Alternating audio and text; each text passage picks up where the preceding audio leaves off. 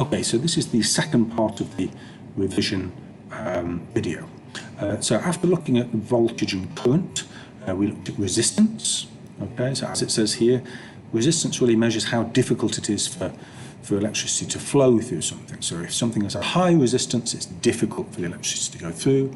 Resistance is measured in ohms, and another little formula, well, it's a formula we have to remember here, that resistance is voltage divided by current. Now, if you look at this circuit, this is quite an important circuit. To measure the resistance of something, we need to measure the voltage across what we're measuring. So remember, the voltage meter is always measured across, and we need to measure the current in a circuit.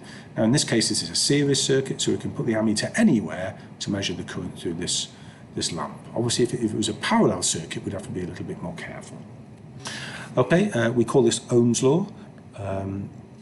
You need to be able to rearrange this. So again, the triangle might help you.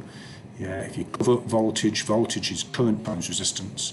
If you cover current, remember we use the symbol I for current. Current is voltage divided by resistance, and resistance is voltage divided by current. Okay, very important formula to remember. It's almost bound to come up in an IGCSE exam. Okay, you need to know about the resistance and length of a wire, and you need to know that as the length of the wire increases, the resistance also increases. So the longer the wire, the harder it is for the electricity to go through. I hope that's fairly self-evident. We did a little investigation to look at the resistance of a filament lamp. A filament lamp is like the lamps you used in class. Those little lamps or bulbs that got little wires inside. Now, if you plot a graph of voltage against current for this lamp, it's not a straight line, so they don't obey Ohm's law. The resistance changes, and that's because as the bulb gets brighter, it gets hotter, and the resistance goes up. It's harder for electrons to go through a hot wire. Now, you need to remember this graph, okay, the shape of the graph. If voltage is on the x-axis and current is on the y-axis, it bends this way. But sometimes they put it the other way around. So if voltage was on the y-axis and current on the x-axis, it would curve the other way. You need to remember that. Okay, so this is what a voltage current graph would look for something that obeys Ohm's law, i.e. at constant temperature. It would be a straight line. Voltage divided by current would be the same anywhere. This is our filament lamp. Yeah, so remember, when the current gets high, it gets hot, the resistance increases, so a big increase in voltage is only a small increase in current. And of course, a diode will only let current flow in one direction. If you reverse the voltage, no current flows. So you need to know those graphs. Okay, we then looked at power. We've already looked at power, of course, in mechanics. Power is the amount of energy that's transferred, per second. That's joules per second, and we call that a watt. Electricity, I don't know whether you can see this at the bottom of this PowerPoint, power is voltage multiplied by current. So that's another formula you need to remember. Power is voltage multiplied by current. Okay, there's a little triangle we can use there as well. So here's an example question. A 200 watt television, so that means that's the power of the television, is plugged into a 110 volt mains, so we must be in the United States. What is the current in the television? So if we look at our formula, if we want to know current, if we cover current, but current is going to be power divided by voltage. Okay, so you write the formula down. Current is power divided by voltage. Don't forget the power is measured in watts, that's 200. The voltage in volts, 110. And so we get the current in this TV is 1.8 amps. Okay, here's another example. A kettle uses 240 volts. Yeah, so we're either in Qatar or probably the UK because it's a kettle. In fact, my kettle here at home is exactly the same as that. And the current is 8 amps. What is the power? Again, if we look at our formula, if we cover up power, power is voltage times current. Write the formula down, put the numbers in. So in this case, the voltage is 240, the current is 8. Multiply them together, we get our answer, 1,920 watts. That's correct, but you could write that, of course, as 1.9 kilowatts. Okay, so it follows then, if voltage times current is the power, that's the amount of energy used per second. If we multiply that by the time, we'll get the total energy. So here's another formula. The total energy transformed or transferred is voltage times current times time. Because voltage times current is power, that's the amount of energy used per second. And if you multiply that by the number of seconds, you get the energy. So let's have an example. our previous example, we found out the power of the kettle was 1,920 watts. How much energy does it use in 5 minutes? Okay, so voltage we know is 240, current is 8, 5 minutes, of course, there's 60 seconds in a minute, 5 times 60 is 300, so it's 300 seconds. Multiply that together, that's the amount of energy you use. Okay, we did a little bit about short circuits, so here's a simple circuit. It's just got 2 lamps that are lit. If I put a wire across one of the lamps, the light goes out, because basically it's much easier for the electricity to go through the nice thick wire than it is to squeeze its way through the lamp. So all of the energy goes to the second lamp. So this one goes out, this one goes bright. And we call this a short circuit.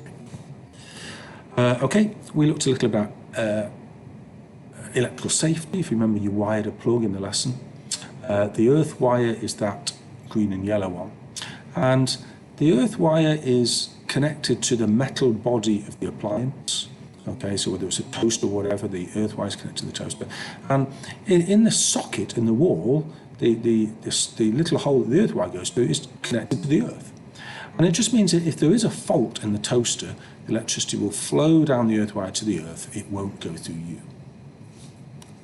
Okay, in conjunction with that, if you look here inside the lamp, in the live wire there is a fuse. And inside the fuse, you can't normally see them. So these fuses here, it's a piece of ceramic you can't see inside. But if you could, you'd see a wire inside. If the current that flows through is too big, this wire gets hot and it breaks and it stops the electricity.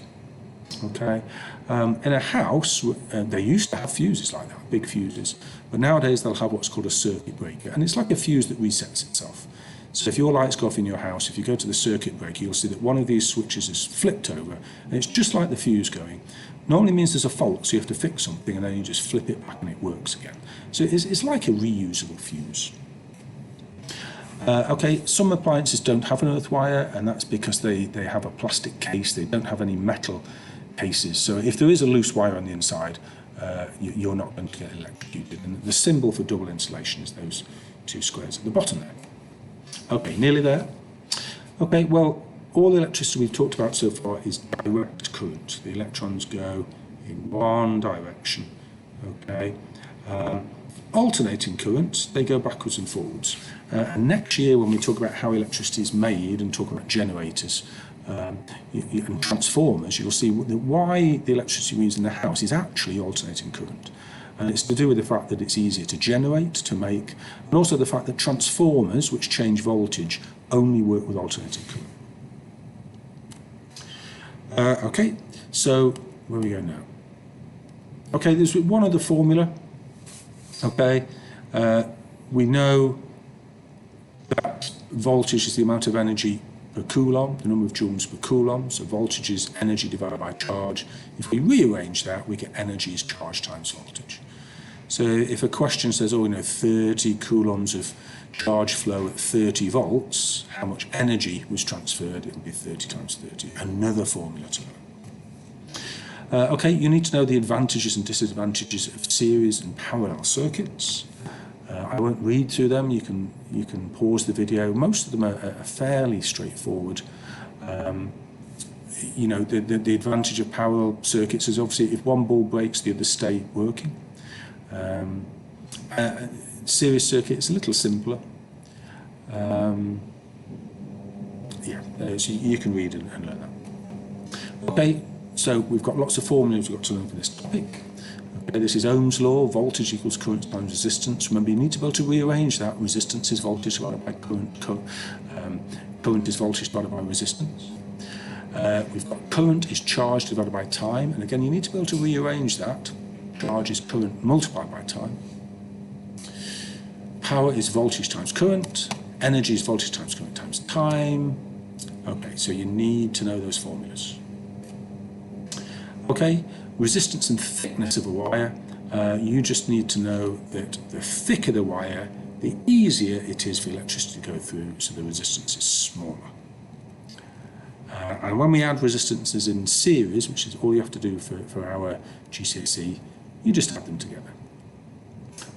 Oh, and finally, of course, if if you remember the film we watched about electrical vocabulary, for many years, over 100 years, all the electrical devices we know, like motors and generators, were developed and explained using Benjamin Franklin's idea of a positive charge flowing from positive to negative. It wasn't until the late 19th century, I think, when we discovered that actually electricity was electrons, and it was actually negative particles going the other way.